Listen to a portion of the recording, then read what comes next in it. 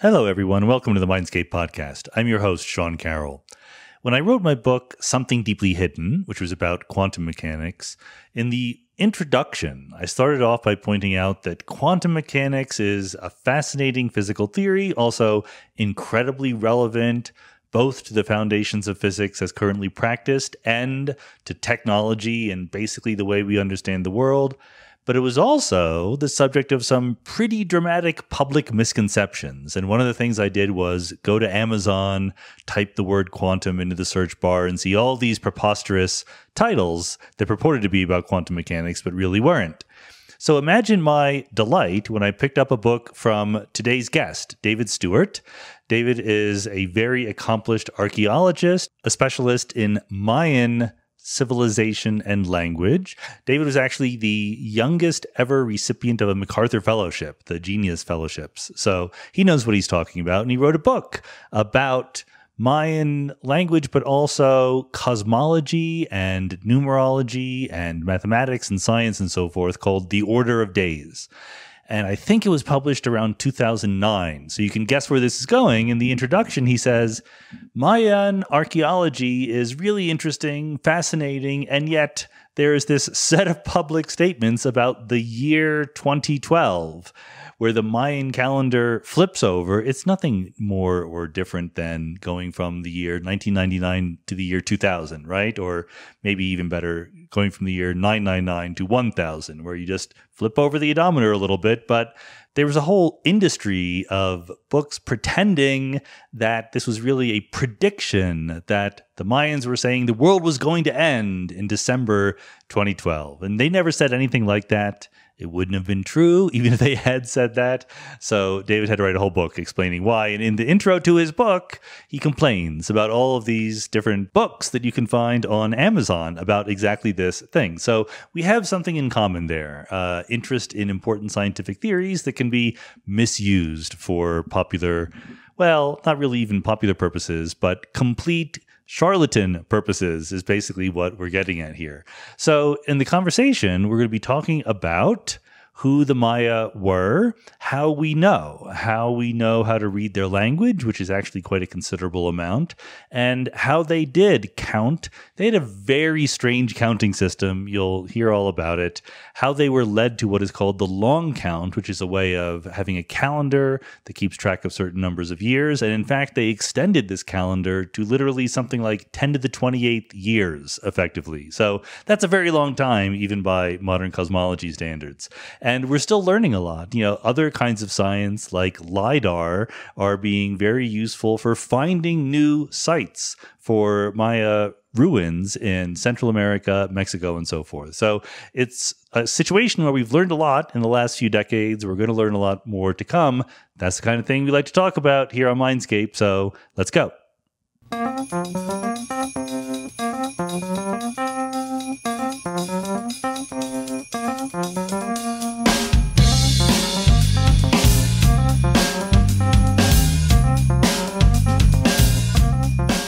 David Stuart, welcome to the Mindscape podcast. Well, thanks for having me. This is a departure.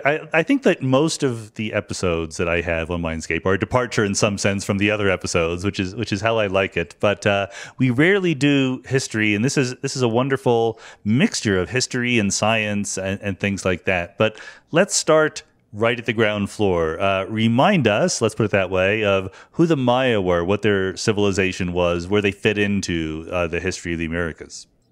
Well, certainly. The Maya are pretty well known as one of the civilizations of the ancient Americas. The Maya are still around. That's one thing I'd like to emphasize from the get-go, is that there are about 4 or 5 million speakers of Mayan languages today in Mexico, Guatemala. And the ancient culture goes back quite a ways. We can track the earliest evidence of Maya peoples really to about, say, 1500 BC or BCE, and probably even before that.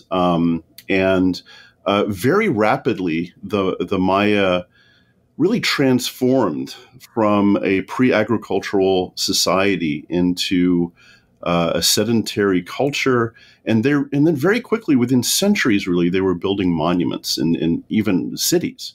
I mean, it's a tremendous cultural transformation that they went through. So we have literally thousands of archaeological sites of Maya civilization. Mm. Many people have probably visited some of these places. Some are very touristy right now in Mexico and in Belize. Places like Chichen Itza or Palenque in Mexico, or Tikal in Guatemala. These are some of the biggest ancient Maya sites. In fact, Tikal, I have to say, was filmed in the original Star Wars movie, right, as the Rebel moon base. The jungle site with the towering pyramids. That's the Maya ruins of Tikal. Was that sorry? Was that The Empire Strikes Back? Is that that was the first Star Wars film? The very first one? Yeah. Okay. Yeah, okay. It's called Star Wars. Yeah, I remember seeing it and going, "That's Tikal," when it came out. Anyway, a little digression there, but yeah. So the Maya civilization is a complex phenomenon in the sense that it was many cities that were connected to each other. It was never centralized as an empire, or something like that. So we have a lot of city-states. So the time that we know the best for the ancient Maya is what we call the classic period, right? And this runs from about 200 A.D. to about 900 A.D. So many centuries, and this is when we have, the sites I was just mentioning, and many others. City-states, kings. The thing that I work on in Maya archaeology, my own specialty, is the decipherment of hieroglyphs. Right. And so they had a writing system. They had official records that have survived in stone inscriptions. And we have 4 ancient books also that were kind of science astrology manuals, very precious documents. Imagine having these things. You have to imagine this is the tropics, right? So, Egyptologists have it. They're all very lucky, right? Because they have this dry environment where they have all these documents and everything. We don't have that. So we have these 4 precious books, also that we've studied. The larger point here is that it was a literate civilization. Yeah. Fantastic art, fantastic architecture, and we can access the Maya unlike any other pre-Columbian civilization, right? Because we have their own words going back centuries and centuries before Columbus. And if the classic period is 200 to 900, but the Maya as a people, some of them are still around, or at least they've been around for a long time. What happened in 900? Right. Was it an organic thing, or were they in conflict with their neighbors? Right. So these are great questions in archaeology today for those of us who are studying the Maya. Around 900, we have a widespread phenomenon where many of the cities, not all of them, but many of them, were abandoned. Mm-hmm. We call this the Maya collapse. And it's no doubt a very simplistic kind of one-off description for a very complex phenomenon. And we're still trying to understand it. Most ancient civilizations went through these kinds of changes, whether you're looking at the ancient Mediterranean, ancient Egypt, right? We have these ups and downs. And there was a lot going on before 200 AD, before the classic period. There were cities. We call that the pre-classic. Yeah. And after 900, we call that the post-classic, right? So there were Maya around. They were doing different things. But that classic period is when we have those, most of the written sources, right, and so forth. So we know more about that. Now, what happened? My own take on it, and you talk to any Maya archaeologist, they probably have different ways of talking about this. My take on it is that there was we have really good evidence of rapid population growth. Okay. Kind of stunning trajectories of population, say from 700 to 900. That must have put a strain on the existing resources, on the existing infrastructures they had. A lot of people nowadays are looking at climate change and its connection to this, right? I don't think that's a causal factor, but I think it may have been something that, was part of a mix of different factors, right? That a few years of drought could put real stress on these resources again that people were competing for. But what we're really looking at around 900 is a collapse of a particular political system, a system of kingship, and those institutions fizzled for whatever reasons, and people left many of these cities and went on to other places. So you go to a site like Chichen Itza today in Yucatan, in northern Yucatan. It's a grandiose Maya ruin, Maya city. It's post-classic, or it's right at the end of the classic period, and it's representing kind of a new flavor of Maya civilization that emerges for a few hundred years, and then it too transforms, right? So I'm really interested in seeing how these episodes when Maya civilization kind of remade itself in different ways. I guess one maybe overly simplistic question is, how do we balance these external or ecological factors of climate change or over-farming or whatever versus purely human factors, like there was a revolution, or they had a social system that couldn't be sustained for too long? Is there even any way of deciding between these possibilities?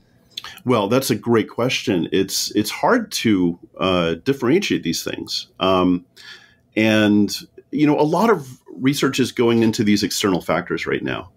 I think there's a bit of, there's obviously a connection there to our own interests in climate and how it affects people on the ground, and how it affects demography, and how it affects, what happens in history. Now, the human factor is always going to be key, I think, in all of this. One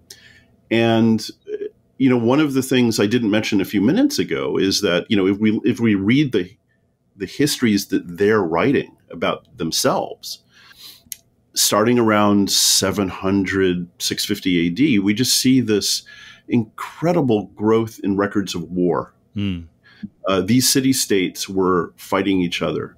And these dynasties were, even though they were related to each other, we're talking about interrelated royal families, they're going after each other all the time. And we just see, again, this trajectory, along with the population, of conflict.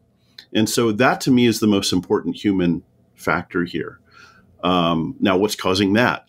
Population again, maybe climate change. All of these things are interrelated. It's so hard, for me at least, to put one factor in front of another as a primary cause. I think they're all crystallizing together into this sort of bad mix of things that's happening over a couple of hundred years. It's hard to resist drawing sweeping conclusions from this, because we tend to think that our own civilization right here, right now, is having its issues, but still things are growing, the economy is getting bigger, science is advancing.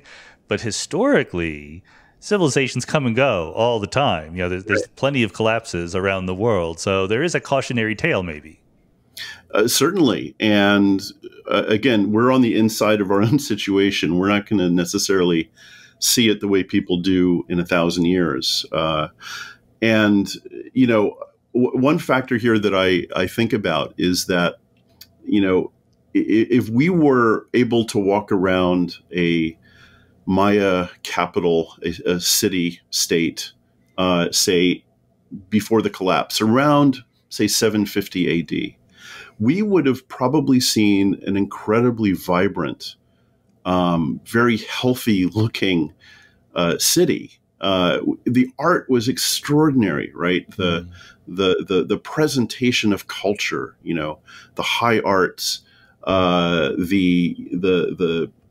yes, there was, population was growing, but there were markets everywhere. We know this, right? We know that there were lots of people living, sometimes I think quite comfortably in some of these spots. maybe 100 years or so before the collapse as we know it. I ponder that sometimes, right? Because I don't think they necessarily saw it coming. Maybe they did, but who knows? Yeah, it's hard to say. Very hard. And to give the Maya their props, if I understand correctly from my very superficial Wikipedia reading, even though there was some collapse in your post-classical, et cetera, they were, like you say, still around when the Spanish came over. Certainly. And in fact, it seems that they held out longer than the Aztecs or the Incas did against the Spanish conquest. Well, that's true. There was no really single conquest of the Maya. When we think about Cortez, right, and the conquest of the Aztecs, that was really the conquest of the capital, what's now Mexico City, and that took a couple of years. But when we look at the Maya area, it took decades and decades for the Spanish to exert control over big areas of what's now the Yucatan Peninsula in Guatemala. And in fact, until maybe 100 years ago, there were still areas, even less than that, there were still areas that were with independent Maya communities, right? So there's no single episode of conquest. It's this protracted thing. One amazing kind of historical fact here that nobody thinks about, the last Maya kingdom to be conquered was in 1697. Okay. That's almost 200 years after Cortez, and that was in northern Guatemala. And there was still independent Maya after that. Right. Right. So I think we're living in the world that, in that part of Mesoamerica, right, where, this is still a very raw history in some respects. Right. It's only a few hundred years or less, and which is a drop in the bucket in terms of history. You mentioned the vibrant social scene and the arts. What about the technology and science? Like what kind of technological civilization are we talking about here? Well, we're talking about they didn't have metal, which is really interesting when you think about it. They didn't have iron or bronze or steel. Okay. There was metal jewelry late in Maya history, gold and silver, but there was no technology of metalworking that was used in tools and so forth. They were essentially what we would call a Stone Age technology. Now, that has all of these meanings in our own culture. Yeah. But this is a high civilization where they are building massive structures and monuments and cities with stone tools, right? So I don't want to say Stone Age, meaning that they were in some way primitive, right? I think we have to reconcile these definitions we have from the old world. They weren't living in caves. What's that? They were not living in caves. They were not living in caves. They were making amazing things out of the technology that they had. And in its own way, it was a remarkable technology. There, and also this idea of technology and science. We group those together in some ways, but their scientific awareness of the world around them was extraordinary. We see this mostly through astronomy. We see this through the records we have of, the calendars that they kept, the observations they made of the heavens and of, horizon-based astronomy. They knew what was going on in the cosmos in a way that many ancient civilizations did, right? We just happen to have the records that the Maya were keeping over the long term of these things. Is it even a sensible question to ask? Did they think that the Earth was the center of the solar system or the sun? Or did they talk about those questions? Well, they didn't have a sense of a solar system. Okay. They recognized the observable planets, of course, and they differentiated those from the stars in the background. We know this because we have the astronomical tables. Yeah. This is amazing. We have tables of Venus and Mars, for example, in some of the documents where they know the cycles. Now, they recognize them much like the Greeks and the Romans, right, as these moving stars, right? And they ascribe them maybe some kind of animate qualities as deities or as gods. But they have it down, right? They know what's going on in terms of their movements and their cycles. So they see the Earth as the center of everything, mm-hmm. right? Their concept of what Earth is just the surface on which everything happens. And they're observing the heavens above them and all of the action that's happening there. They frame their cosmology around these observations of the sun and of the planets, these regular cycles, and they create an elegant understanding of these things that I like to call indigenous science. It's in no way primitive. It's exactly what really all humans have been doing, looking at the sky over thousands and thousands of years. Astronomy is always the first science to become precise and quantitative among mm-hmm. ancient societies. It's really quite amazing and universal. But we have a lot to say about calendars and science and astrology, but I do want to finish up with archaeology here. You mentioned the number of sites. Some of them are touristy and so forth. Do we know all the sites? Are we done? Or is there an ongoing discovery of new Maya relics? Oh, we are in no way done. Just last week, there was the announcement of a discovery of a new Maya site. All right. In the forests of southern Mexico. So this is an amazing time to be studying Maya archaeology for many reasons, but one of them right now is the use of LiDAR technology. Okay. LiDAR in the last 15 years has really revolutionized our understanding of what's on the ground. Now, you have to understand, and I know this all too well from all of my time in doing field work. It's really hard to see a Maya ruin in the jungle in terms of all that's there, the buildings, the mounds, the features, terraces. You can walk through the rainforest in northern Guatemala and you can see maybe some big piles of rocks, and those were ancient pyramids. Sometimes you'll see walls. But you can easily walk over stuff, and not even know what it is. Yeah. Roads, for example, causeways. Now, LiDAR, which is, and I'm not an expert in LiDAR technology. Some listeners probably know much more about it than I do. But it's this ability to use lasers to penetrate the forest canopy to essentially scan the forest floor.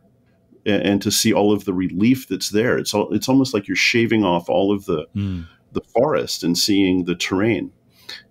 I mean, my God, what you see is incredible. You see the sites we thought we knew that, people spent months mapping on the ground turn out to be 2 or 3 times the size. Wow. And they just keep going. And also completely new sites that we didn't know about just in the past few years. So a colleague of mine just announced last week, as I mentioned, a very large brand new site in southern Mexico called Ocomtun, that he's named it. And, it looks pretty special. It looks really pretty large. So we're still, even today, finding literally lost cities. There's no other way to put it. Out there in the forest. That's amazing. And it reminds me that I should take this opportunity because I was recently asked on an Ask Me Anything episode of the podcast, is it even conceivable that there could have been anywhere in the world a highly technologically advanced ancient civilization that we just have no idea that they're there because we've lost all of their relics? Or is archaeology worldwide advanced to the point where we would know if there was, a computer terminal hidden somewhere under the rock? Right. Well, I'm in the camp very, very squarely with archaeology, knowing the general parameters of these things, and we would know if there was a whole civilization waiting to be discovered. There's quite a bit of what we call pseudo-archaeology out there about very, very ancient civilizations that are so old that we don't see them, right? Mm-hmm. And I have to say the evidence that's brought in to argue this point is just not up to snuff. Good. That was the answer I gave. I'm glad. Yeah. So a lot of it's wishful thinking. A lot of it's tied into kind of crazy ideas about Atlantis, and there are all these rabbit holes involved with that. But real archaeology, we know the general timelines around the world.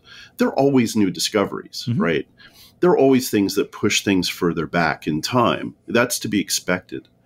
We're doing that in the Maya world all the time. We're finding new things that are older and older, but no new civilizations, I think, are going to be out there. Archaeology is always full of surprises, but I have to say, it's come a long way over the years, and we know a lot about the ancient world. Well, thank you for indulging me with that. Now we get to roll up our sleeves a little bit and go into what has been your specialty, which is the decipherment of the writing system that the Mayans have. I mean, well, I guess let's get a common basis to talk about this. What is the writing that we have? You mentioned a few books. Is that where we get most of our knowledge of how Mayans would write? We have a few books that have miraculously survived. The Spanish were quite good at wiping out archives that they came across in the 16th century. And the few that we have were saved by as curiosities at the time, I think, and taken back to Europe. One was found apparently in a cave in Mexico and surfaced about 50 years ago. We have a lot more than just the books. We have thousands of texts on stone monuments that sometimes are sitting out in the open. Sometimes they're inside of temples. These, of course, are official kind of ritual texts or histories about dynasties. We have, what's interesting is the Maya wrote on everything. They wrote on they wrote on their dishware. They wrote on the walls of buildings, graffiti. They wrote on their jade necklaces. Mm-hmm. And so we have a lot of raw material to work with. It's, as I was saying earlier, it's amazing to have the words of ancient Americans to read. It's just a stunning thing. I sometimes have to step back and realize that I'm reading something that was written in the year 600 about royal history.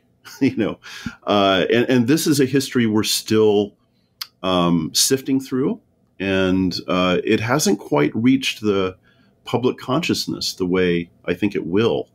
I'm writing a book now on Maya history that I hope will, get out some of this amazing narratives.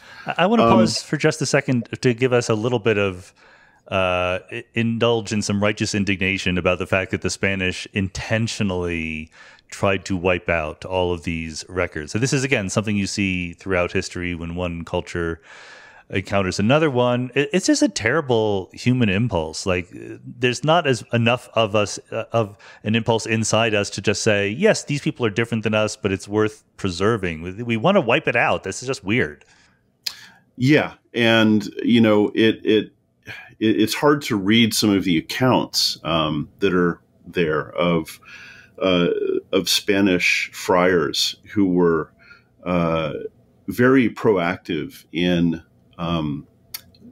burning the books, literally. Now, I want to balance that by saying that there were many of these same individuals,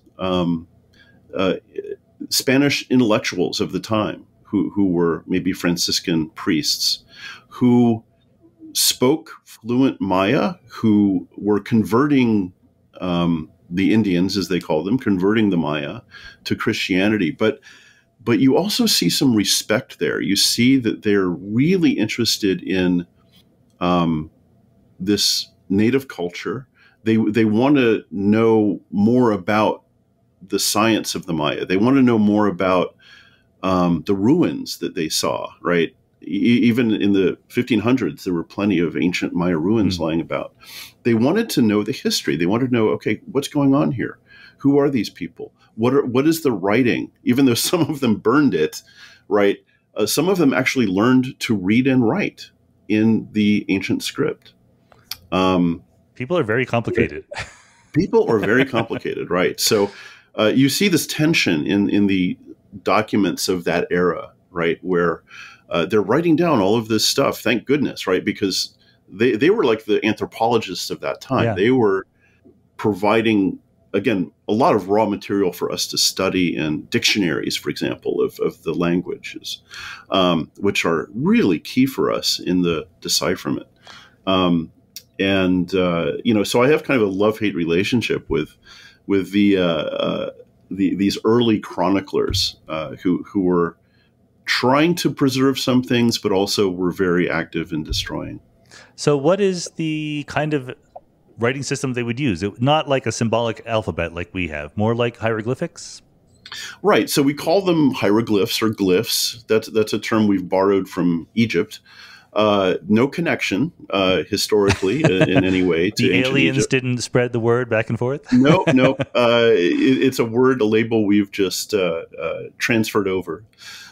So it is a beautiful script. It is highly ornate, and I think to someone who has never seen a Maya text before, if one looks at it, it looks just like a sea of squiggles, and you see some pictures of things. So it's a pictorial system in that, let's say, the graphic units of the script are things of daily life, or maybe images of, you see body, you see hands, you see faces, you see unrecognizable elements too.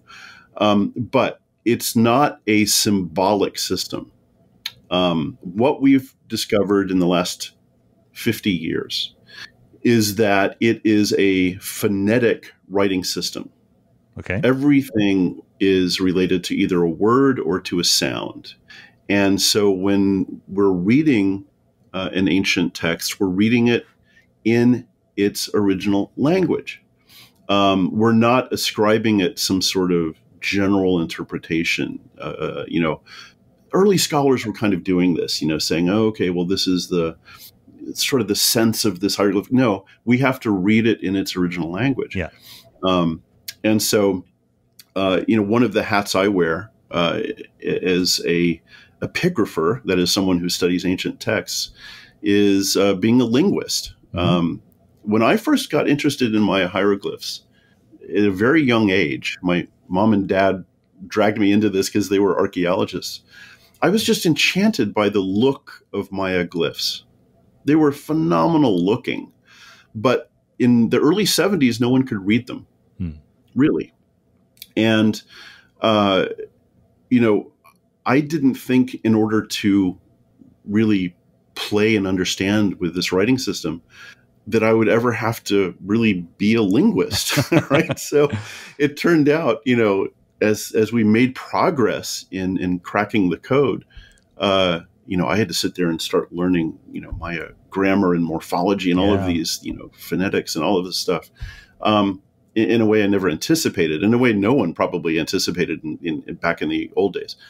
But the point is, we can now read probably, I would say, about 80 to 90% of it in its original language. Does the fact that there are still people speaking languages that descended from Mayan ancient languages help at all? Can you, ask them for some clues about pronunciation? It absolutely helps. The language, well, a couple of things. The language of most of the ancient texts we have, it turns out, is one language. That's good for us because we don't have to try to learn a bunch of different ancient Mayan languages. What it seems is going on in the classic period is that there's kind of an official courtly language, okay, a lingua franca, if you will, where they're writing their official texts in a particular language we call classic Mayan, right? And it was probably a somewhat archaic formal language in its own day. It wouldn't have been spoken by people out in the fields or, even maybe in the royal courts, but it was the official language of documents, kind of like Latin in the Middle Ages, something like that. Now, we can relate that language to current Mayan languages. There are a lot of Mayan languages. This is something I didn't really say earlier, but we can identify 30 or so Mayan languages. Only some of those are really related closely to the hieroglyphic writing. Okay. But those descendant languages are still being spoken in different parts of Mexico, Honduras, and Guatemala. So absolutely, if we can document more about those languages, some of which are dying off, I have to say, boy, does that help. Just getting a sense of some of the semantics, let's say, the meanings behind a particular word in the glyphs. It really helps. I was just doing this recently, fine-tuning some interpretations based on the semantics of terms spoken today, right? We can actually use that information to get a better sense of what they're really saying a few hundred years earlier. And presumably these languages evolved completely independently from Indo-European precursors or East Asian languages. Are there nevertheless similarities in grammar or structure? I'm just very interested in the extent to which there's convergent evolution. Different language groups find the same solutions to similar problems. Well, here we're getting a bit out of my area of expertise, but it is true that Mayan languages and other indigenous languages of the Americas developed on their own. The landscape of languages in the ancient Americas is really complicated, and there are a lot of language families that we can't historically relate to one another. The Aztecs spoke a language called Nahuatl, which is a Udo-Aztecan language related to some languages like Hopi in the southwest U.S. Completely unrelated to Mayan. Spoken kind of in the same general region of Mesoamerica, but historically not related, right? And none of these languages really have connections to the old world, to Indo-European or anything else, right? So it's true they are independently tracking and developing.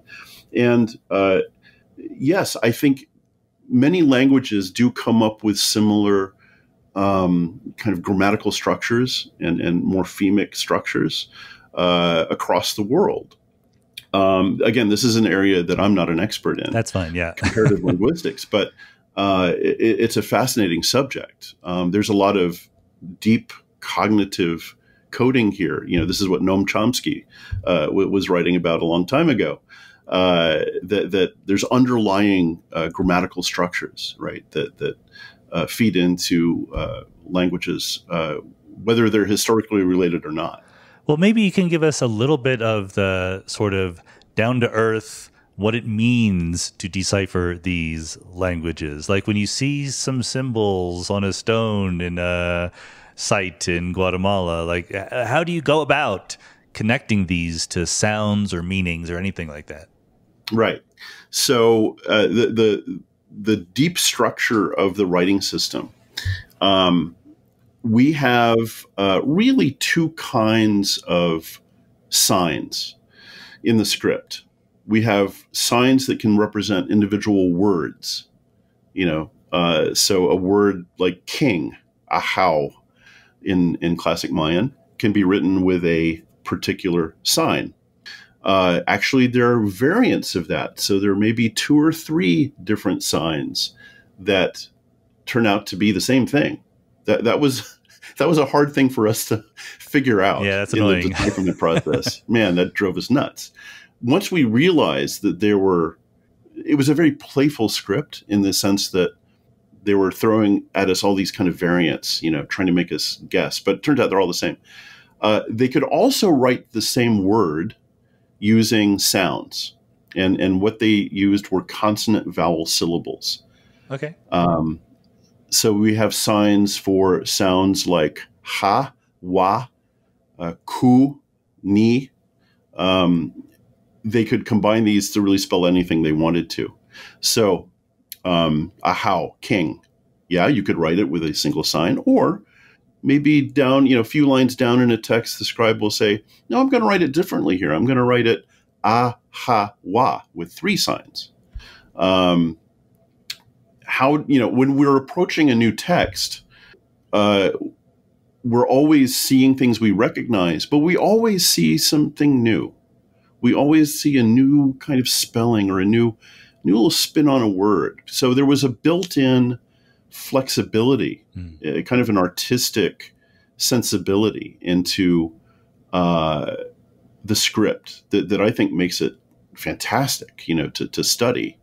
One particular decipherment that I made quite a few years ago now was on a vessel, a clay vessel that came out of a royal tomb in Guatemala. And it had a lock top on it. It had a handle on the top. You could lift it up, but if you twisted the handle, the lid would come off the vessel. Okay. And it was painted with this beautiful inscription. And one of the glyphs on it was, I saw at the time, it was a combination of syllables. And it read ka-ka-wa, cacao, which is a Mayan word. Okay. Cocoa, right? Cacao. That's a word we borrowed from Mayan. Mayan borrowed it from other Mesoamerican languages, but it's a word that was pronounced in the ancient times as cacao for chocolate. A very important word. It's a very important word. And at the time, I told the archaeologists, hey, guys, this is a chocolate pot. And they, this is great. They took a sample of the residue that was, again, miraculously preserved inside the vessel. They sent it to the Hershey labs in Pennsylvania to have it tested. And sure enough, it came back with the signatures of Theobroma cacao. So it was deposited in the tomb with chocolate. So, that's when we kind of knew we were on the right track in terms of the decipherment. And I guess, so I was a little bit wrong earlier. In some sense, it is an alphabet, right? But rather than letters as we think of it, they had symbols meaning sounds, but they were not semantic symbols, right? Like the symbol doesn't necessarily, like there's not a symbol for a leopard, a symbol for a banana or whatever. Well, not necessarily. I mean, there were word signs. So we have jaguar, right? Okay. Is a head of a jaguar, or a drawing of a jaguar could be balam for jaguar, or you could write it phonetically. Got it. It's not alphabetic, right? Alphabetic scripts are, a consonant and a vowel as separate signs, or alphabetic writing turns out to be not that common historically. But syllabic writing was quite common in the ancient world. Sumerians used it, for example, in cuneiform.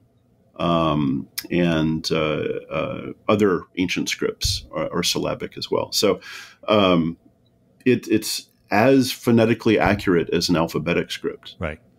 Okay, good. And this helps us cycle back, as it were, to the astronomy calendar kinds of questions. So you've deciphered some of these symbols, you know what they mean. And one of the things, I guess, at least this is from reading your book, so I'm biased, but they had a lot of calendars, a lot of dates lying around, and you could figure out what they were talking about. Yes, they did. And actually, this was the first wave of cracking the code. Way back when, in the late 1800s, the first insights into the ancient writing was the numerology. The numbers were readable. bars and dots. So very early on, early scholars saw, the bar was a number 5, a dot was a number 1. Combine these and you get numbers from 1 to 20. And using some of the chronicles that the Spanish wrote in the 1500s, they described some of the calendars in those documents. And so it didn't take much to link these things up. And this created a situation where early Mayanists, early epigraphers could read some inscriptions, but they could only read the dates, which is weird. Imagine looking at some sort of Roman history and you just see the calendrical records and nothing else is readable. It was amazing what those early scholars could do, but they basically hammered out the various calendars that existed in the ancient Maya records. There was a lunar calendar. There was a solar year calendar of 365 days. There was a ritual kind of divination calendar of 260 days, not connected to any observable phenomenon in the sky or anything like that, or so directly. And then there was this much, much larger system we call the long count, which is it's based on the number of 360 days, right? This is almost a year. Okay. But Mayan numerology is based on 20. It's what we call a vigesimal numeration system, not based on 10. Because 10 fingers and 10 toes, right? I guess. Makes 20. That was my guess. There you have it. except I gotta interrupt because I really need someone to talk me down from this weird modified based 20 system they use, where almost all the digits in a number are base 20, except there's a single digit that it only goes up to 18. Oh, you had to ask me that, Sean. Okay. It's been bugging me. Right. So they have a base 20 system just in their counting, independent of calendars, but in the language, they just have a base 20 system of counting. So what happens in this larger calendar system we call the long count is they have the number 20 and they're going to fit that into a solar year. Now, they can only get to 360, right? Yep. So that creates a unit of time that's almost a year. It's not quite the year, but that becomes the building block of this calendar system that we call the long count. So 18 units of 20 days makes 360. Got it. I did not catch that. Good. And that's where the 18 comes in.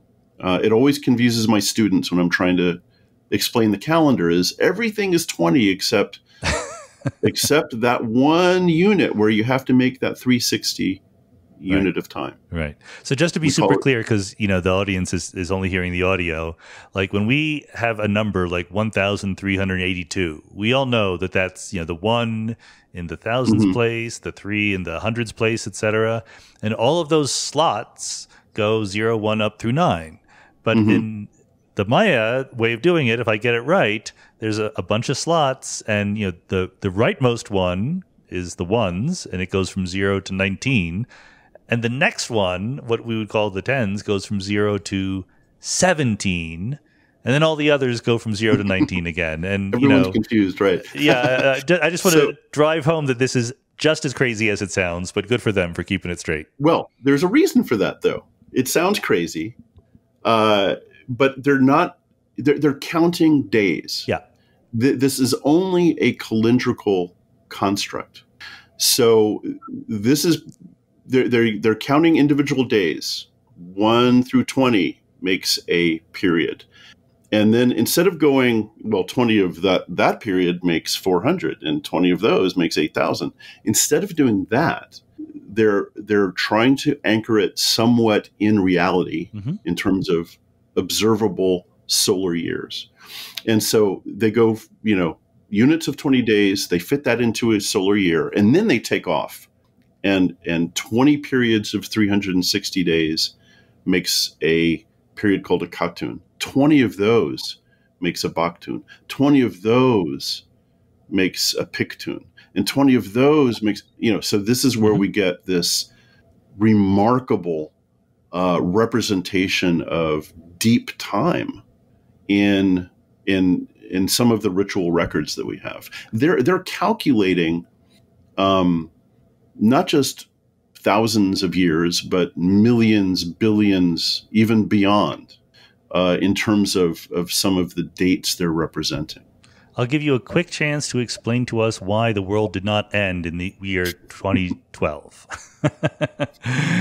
Didn't you guys tell us it was going to end? I mean, I feel misled. Well, it wasn't us. This is a meme that took off. Many of us will remember, going back over a decade ago now, that there was this big kerfuffle, right, leading up to December of 2012. There's even a movie about it, right?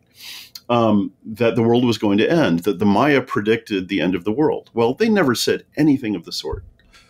I was tearing my hair out at the time, giving many interviews, but it was impossible to counteract uphill battle. This cultural phenomenon that was ours, right? I just think our culture, civilization, whatever we want to call it, sometimes we just go through these kind of crazy episodes of, whether it's Y2K or whether it's 2012, there'll be something else down the line. The Maya never said the world would end. What happened was that there was a turn of a period in the Maya calendar, a switchover called a baktun, and this is roughly a 400-year period of time. It's a big deal in the Maya calendar, in the long count. I was kind of telling my students about it, like, hey guys, we're going to live through the turn of a baktun. This is awesome. But the interpretation of this as the end of something was really just on us. Yeah. Because for the Maya, it was the beginning of something too, right? And the calendar didn't stop. It kept going. This is something that I wrote my book about at the time. I was asked to write a popular book about Maya time and the Maya calendar. I don't think anyone read it, but it was trying to explain that, no, the calendar keeps going. And in fact, the scale of the calendar is such that this one period that turned over in 2012 was just a minute little cog in a much, much bigger system. So there's the long count, and then there's like the super long count. I don't know what the technical name is. Yeah, the long count is uses this baktun period, and so you have what I was describing earlier. We have this kind of place notation system of days, of 20 days, of 360 days, and then 20 of those makes a 20-year period of a katun. 20 of those makes a baktun, the 400 years roughly. Now, those 5 periods is what we call the long count. You take a baktun, you can exponentially create more and more and more. And in fact, they did. They just went on and, about 19 periods on, to gargantuan periods of time that they're representing. That's what we call the grand long count. And they wrote it down in its full capacity in only a few places. And this is what I was really interested in seeing. The representation of these cycles, it's a numbers game, right? It's it's just using 20 exponentially, counting these periods. But to them, it was a cosmological and numerological statement about the universe. And one of the points I made in the book, Sean, is that their representation of the scale of time dwarfs our own cosmology. Well, I mean, I would imagine that once you've invented positional notation for numbers, it's just kind of fun to write down big numbers. Exactly. We still have that. Just keep going. And as you do point out in the book, which is called The Order of Days, still very, very worth reading, they were writing down numbers of years that go into the octillions, right? So for those of us who have no idea, like me, what that meant, 10 to the 28th years is the kind of thing that they're thinking about. Yeah, which indeed, to the point where it's almost meaningless in terms of scale. We can't wrap our heads around that. Right. But the reason they're doing this, it's a good question to ask, like, why bother with this? Yeah. What they're doing is they're taking the Baktun period and they want to create basically 20 orders above that. Here's that number 20 again, right? So once they get to that spot, all the way up the line, then they stop. That's what I mean by saying it's a numerological construct of time. They're not observing anything that creates this. They're simply putting it down on paper as a fun, fascinating representation of a structure of time. So did they attach any meanings of a beginning or an end to the universe this way? Well, I suspect they did. They had creation stories. I think the world went through transformations in mythology and in history. So they extrapolated back to create narratives about, I think, the creation of the world order as they understood it. Understanding that there were previous creations as well. And this is mythology, right? This is the kind of thing we see across the world. And for the ancient Maya, the narratives that we can read today talk about 3114 BC as not a historical date, but as a important date in the creation of kind of the present era. Okay. We have myths that go further back in time, hundreds of thousands, millions of years, where they talk about gods dedicating monuments and things like that, and that's all backstory for what kings are doing. But in 3114 BC, we see kind of the ordering of the world. The gods can all confer together in the darkness. They have kind of a big meeting to order everything in the universe. And we have some records of this. And this is the foundation for some of the other myths that we see in the dynastic records, because Maya kings were relating themselves to the gods. And it's also related to some of the stories we have from much later on in from historical times, even after the Spanish invasion.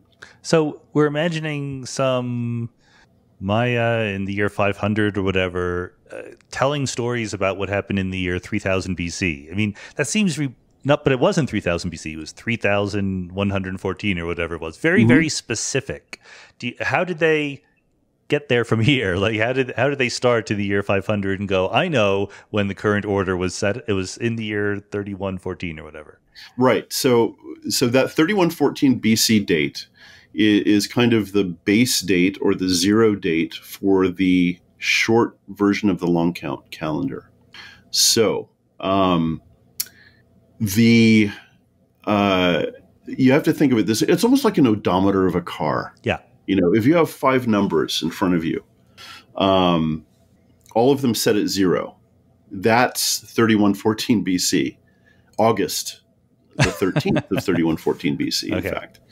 Now, you just start clicking day, 1, day 2, day 3, and then you accumulate these progressively higher periods. You get to a Baktun after 400 years. Well, 13 Baktuns, 13 is a very sacred number, gets you, guess where? To December of 2012. Okay. So 3114 BC and 2012 are kind of the the brackets, you might say, of Maya historical time, or of their sense of kind of human time. It keeps going, just Sure. like as it was progressively going earlier back in time. So 2012 was a big deal for the Maya. It wasn't the end of the world, but it was a change. I guess it's And just interesting to me because by this process you just outlined, they put themselves in the middle of the period, which is kind of interesting. It wasn't like we're just at the beginning or we're near the end. It's a little different than other things I've heard. Yeah. This is interesting. I'm glad you brought that up because what I suspect is going on is that this very esoteric calendar system was probably invented in the early days of Maya civilization, not in 3114 BC. There was no real Maya cities or writing going on then. There were people, but they were hunting and gathering in the area.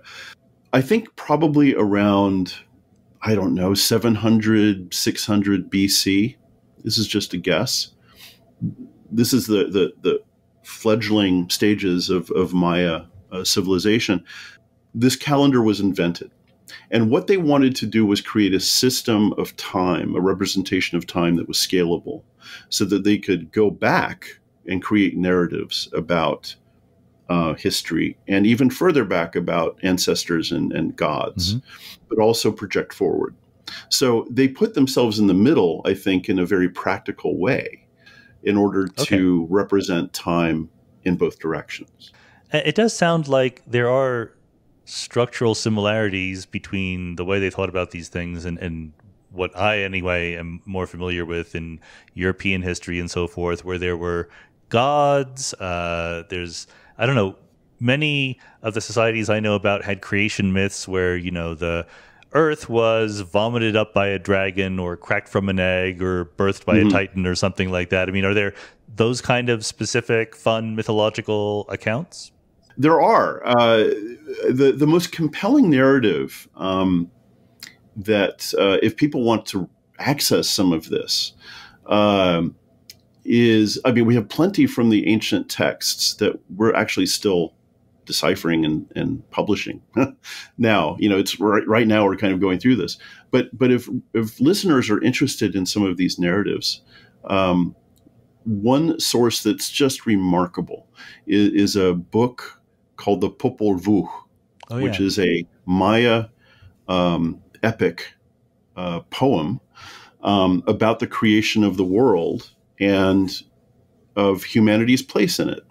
And the Popol Vuh was probably not written in hieroglyphs, in any of the sources that I'm studying, but rather it was written down in the colonial period in Quiche Mayan, this language still spoken in Guatemala today. And it was recorded by a Spanish priest, Francisco Jimenez. Thank goodness he wrote this down in its indigenous language, its original language, and in Spanish. So anyone can there are great translations of the Popol Vuh. Anyone good. I was going to ask. Can order it and find it, and it's like the Iliad or the Odyssey, right? It is a tremendous story about the world being created out of darkness. There's a wonderful story within about a pair of brothers called the Hero Twins, who vanquish the lords of the underworld and resurrect their father, who turns out to be the god of maize in the ancient sources. And so it's tied into, kind of the real world in that sense, right? And the kings of the Quiche Maya at the time of the conquest, right? They were connecting themselves to these creation stories, just like you see in the Old Testament, right? And it's a similar kind of impulse, I think, that we see. That is very fascinating. Just to be helpful to the audience, how do you spell Popol Vuh? Popol Vuh, Popol Vuh. Got it. And this is something you can buy a good translation of. Absolutely. There's some really good translations out there. Two or three I can think of that are available on, online and on Amazon. So it's a great story. And we can see those narratives in some of the ancient art as well. Just like you see the Iliad or the Odyssey on Greek vases. Right. We see them on Maya pottery, paintings and so forth. And it's fascinating to me, like the rough similarities of that kind of story versus the Mahabharata or the Epic of Gilgamesh or whatever. Completely disconnected societies came up with very similar stories to tell. Yeah, exactly. It's a human impulse to do this, right? We all need stories. We all need narratives. And today science is creating these narratives also, right? And I see it not necessarily as this division between science and mythology, right? Because for so many human civilizations, the two things are intertwined. Yeah. And that's the background, of course, of our history of science, going back a ways in the West. Well, let me give you an opportunity to close up. You've already mentioned that this is an exciting time to be studying these things. I mean, what is on the horizon? What are we going to be hopefully discovering or figuring out over the next decade or two? Well, good question. I think it is the best of times in our field. I mean, archaeology is often seen as literally a dusty field, right?